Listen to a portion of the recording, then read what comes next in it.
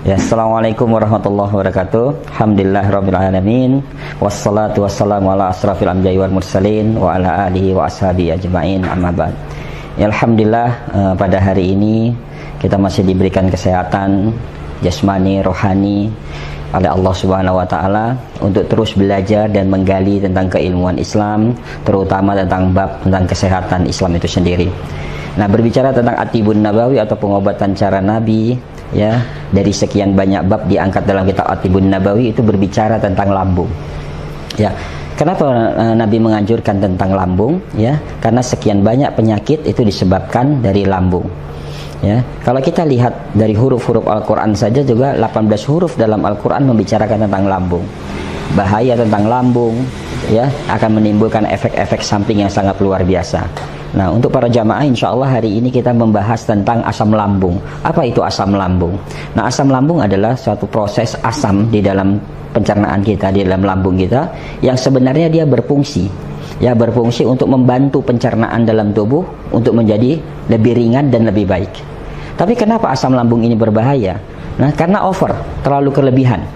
Ya, apa yang menyebabkan asam lambung itu berbahaya? Yang pertama, para jamaah, yang menyebabkan asam lambung itu berbahaya, satu, ya, kegemukan. Ya, kegemukan, ya, ini menyebabkan asam lambung tinggi. Ya, nah, sehingga apa?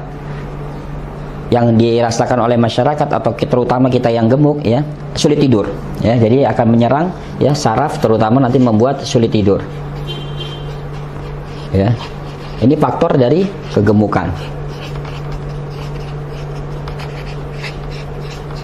Kegemukan yang menyebabkan asam lambung kita tinggi. Ya, nah, terus apa lagi yang menyebabkan asam lambung kita tinggi? Nah, yang kedua, kafein. Ya, kafein. Ya, kalau kita lihat kafein yang kita tahu, nah, ini akan merangsang asam lambung itu untuk tinggi.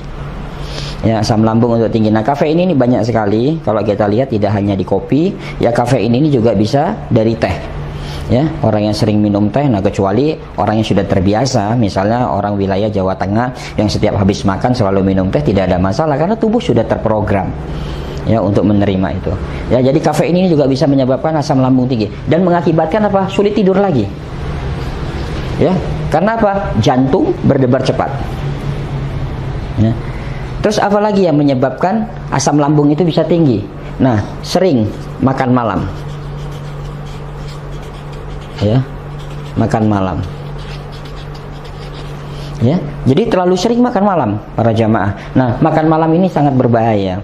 Nah, maka dikatakan dalam ilmu kesehatan, ya, 4 jam sebelum tidur itu kita tidak boleh makan berat.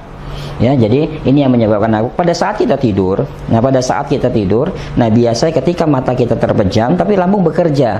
Nah, sehingga proses metabolisme di dalam tubuh kita itu tidak sempurna. Nah, maka kalau kita lihat para jamaah, kalau ini ibarat adalah pencernaan kita atau lambung kita. Nah, pada saat kita tidur, ya, dia akan bekerja. Nah, disinilah terjadi penumpukan yang tidak sempurna dan akhirnya menimbulkan gas yang sangat tinggi. Nah, inilah yang dikatakan asam lambung. Ya, inilah yang dikatakan asam lambung. Memang Allah sudah memberikan, ya, solusi yang baik pada diri kita. Nah, bagaimana caranya membersihkan gas yang sangat tinggi? Ya, ini banyak sekali caranya. Nanti insya Allah kita bahas satu persatu. Tapi sekarang apa yang menyebabkan asam lambung itu muncul? Nah, yang berikutnya, apalagi yang menyebabkan asam lambung itu tuh? Stres. Ya, stres. Nah, stres akan menyebabkan asam lambung ini muncul. Ya, stres, banyak masalah, ya, terutama para eksekutif muda, ya, sibuk dengan pekerjaan segala macam, stres, maka asam lambungnya akan muncul. Ya, nah, hal-hal inilah yang sangat dijaga oleh tubuh kita. Nah, sehingga kita bisa menjaga pola hidup kita menjadi baik. Ya, karena efek dari asam lambung ini sangat banyak sekali. Tadi selain sulit tidur, ya, jantung kita juga berdebar cepat, ya, udah gitu juga nanti keluar punggung terasa berat, kepala berat, ya, udah itu sesak di dada. Nah, karena siklus dari asam lambung itu, para jamaah sekalian, kalau kita lihat, ya, dari usus besar kita, ya, dia akan naik ke lambung. Ya, dari lambung dia masuk ke sekat rongga dada kita. Dari sekat rongga dada dia akan masuk ke tenggorokan. Maka efeknya bisa akan terjadi peradangan hebat pada tenggorokan kita. ya, peradangan hebat pada tenggorokan kita. Nah, akhirnya bisa terjadi demam, ya. Nah, dari tenggorokan dia akan muter ke kepala kita, ya. Makanya para jamaah perlu dipahami, ya, penyakit asam lambung itu tidak hanya semata-mata dari hulu hati sakit atau dari lambungnya sakit, tapi dia menyerang sekitar kepala kita. Nah, makanya lebih dari 75% atau 80% penyakit kepala itu disebabkan dari lambungnya. Nah, terutama adalah asam lambungnya. Ya, jadi itu siklusnya. Jadi kalau kita pengen tahu apakah sakit kepala kita, ya, disebabkan dari asam lambung yang tinggi atau luka pada lambung, ya, terjadi peradangan pada lambung, atau hanya sakit kepala saja. Nah, kita lihat jalurnya. Ya, kita lihat jalurnya. Coba yang pertama apa yang dirasakan? Coba di hulu hatinya. Sering sesak tidak? Misalnya, oh ya, di hulu hati sering sesak. Ya, udah itu kepala sering sakit tidak? Oh ya, kepala sering sakit. Udah itu punggungnya bagaimana? Punggung sering terasa berat. Nah, itu besar kemungkinan itu disebabkan dari pengaruh lambung, dan dari lambung itu mengeluarkan asam lambung yang sangat tinggi. Nah, lalu kita lihat bagaimana solusi dalam Islam. Ya, kalau kita lihat solusi dalam Islam, yang pertama yang bisa mengikat atau mengangkat atau mengeluarkan asam lambung itu adalah bab puasa. Yang pertama adalah bab puasa. Kenapa dengan bab puasa ini bisa membersihkan asam lambung? Karena siklus, ya, metabolisme di dalam tubuh kita itu bekerja secara sempurna. Ya, maka muncullah niat di malam hari untuk membiasakan lambung supaya mengeluarkan satu enzim untuk membantu, ya, menekan asam lambung itu untuk berkembang lebih besar. Ya, maka puasa ini pintu gerbang yang utama. Ya, itu pintu gerbang yang utama untuk mengatasi asam lambung, sehingga detoksifikasi secara alami asam itu akan keluar. Nah, yang kedua, ya, solusi yang utama. Nah, perlama sujud. Ya. Kalau kita lihat perlama sujud. Ya, sujud dilama, terutama sujud terakhir. Ya, terutama sujud terakhir. Kenapa? Ini akan mengembalikan, ya, asam lambung yang ada di kepala, ya, dia akan mengembalikan turun kembali. Nah, makanya biasa asam lambung itu dikeluarkan melalui anus. Ya, biasa keluar dalam bentuk angin, ya. Jadi keluar asam lambung itu melalui anus kita.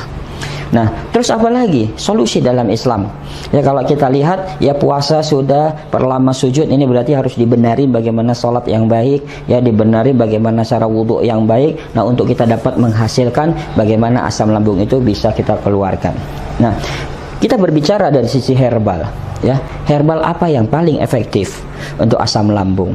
Nah, kalau kita lihat herbal yang paling efektif, nah, para jamaah sekalian, yang pertama adalah madu. Nah, madu yang digunakan di sini adalah madu yang memiliki sifat manis. Ya, madu yang memiliki sifat manis. Jadi, sifatnya manis. Kenapa para jamaah? Karena lambung menyukai manis. Maka muncullah dalil ketika berbuka puasa dianjurkan untuk memakan kurma karena sifatnya manis. Ya, nah, bangun dari tidur, ya, Rasulullah SAW selalu mengkonsumsi madu untuk menstabilkan masalah di lambungnya. Ya, jadi ini madu yang sifatnya manis. Jadi caranya bagaimana? Nah, bangun dari tidur, ya, minum madu dengan air, airnya air hangat. Jadi sebelum masuk apapun, dan cari madu yang sifatnya manis, insyaallah. Ya, nah, yang berikutnya apa? Kalau tadi kita berbicara tentang herbal yang berdasarkan dengan wahyu dan apa-apa yang ada solusi dalam Islami, nah, kita sekarang bicara tentang kearifan lokal. Nah, yang pertama adalah PCO, Virgin Coconut Oil. Nah, ini virgin coconut oil, biasa masyarakat selalu sering melakukan tentang mengkonsumsi PCO, ya, tapi tidak tahu manfaatnya. Selama ini hanya tahu PCO itu hanya digunakan untuk wanita yang mau melahirkan. Ya, tapi ternyata PCO ini adalah suatu herbal yang sangat luar biasa untuk mengatasi lambung. Ya, untuk mengatasi lambung. Ya, nah, bagaimana dengan habatus sauda? Nah, para jamaah, apakah habatus sauda juga baik untuk lambung? Baik. Nah, tapi untuk yang bermasalah dengan asam lambung, nah, habatus sauda itu tidak bisa berdiri sendiri. Nah, dia harus disatukan dengan apa? PCO. Ya, jadi dicampur. Ya, dicampur untuk apa? Menguatkan lambungnya. Jadi tidak terlalu panas, tidak terlalu getir, ya. Jadi dia bersifat lembut karena lambung ini tidak butuh hal yang cepat bekerja, tapi dia soft, perlahan-lahan untuk bekerja. Jadi madu PCO. Ya, lalu apa lagi? Ya, kalau kita lihat untuk mengatasi asam lambung, ya, kalau dari sisi herbal sudah, ya. Nah, lakukan panas atau berjemur di pagi hari. ya, jemur pagi hari. Kapan waktunya? Ya, ini di waktu sholat duha. Ya, berjemur. Bagaimana cara menjemurnya? Tuh, seolah-olah kita menantang matahari. Ya, kita berhadap ke matahari. Nah, bagian perut itu dipanaskan. Bagian perut dipanaskan untuk apa? Mengeluarkan gas-gas yang tidak manfaat di dalam tubuh kita. Ya, nah inilah yang harus kita lakukan para jamaah. Ya, nah ini saya ulangin lagi, solusi dalam Islam yang pertama adalah puasa. Nah, puasa sangat efektif untuk mengatasi asam lambung. Yang kedua, perlama sujud, terutama sujud terakhir. Nah, kalau bisa ketika sholat malam, ya perlama sujud terakhirnya. Nah, secara herbal, nah ini menggunakan madu. Ya, madu ini sangat efektif juga ya untuk mengatasi asam lambung, tapi yang sifatnya manis. Ya, salam yang sifatnya manis. Nah, yang keempat adalah PCO, ini herbal kearifan lokal, virgin coconut oil. Nah, karena dia bisa mengatasi peradangan pada usus, ya. Nah, bisa ditambah dengan habatus sauda untuk lebih punya manfaat yang lebih kuat lagi, ya. Tapi dosis PCO lebih besar dibandingkan dengan habatus sauda supaya tidak nyeri pada lambung. Nah, yang kelima adalah jemur di pagi hari di waktu duha. Baik, semoga bermanfaat.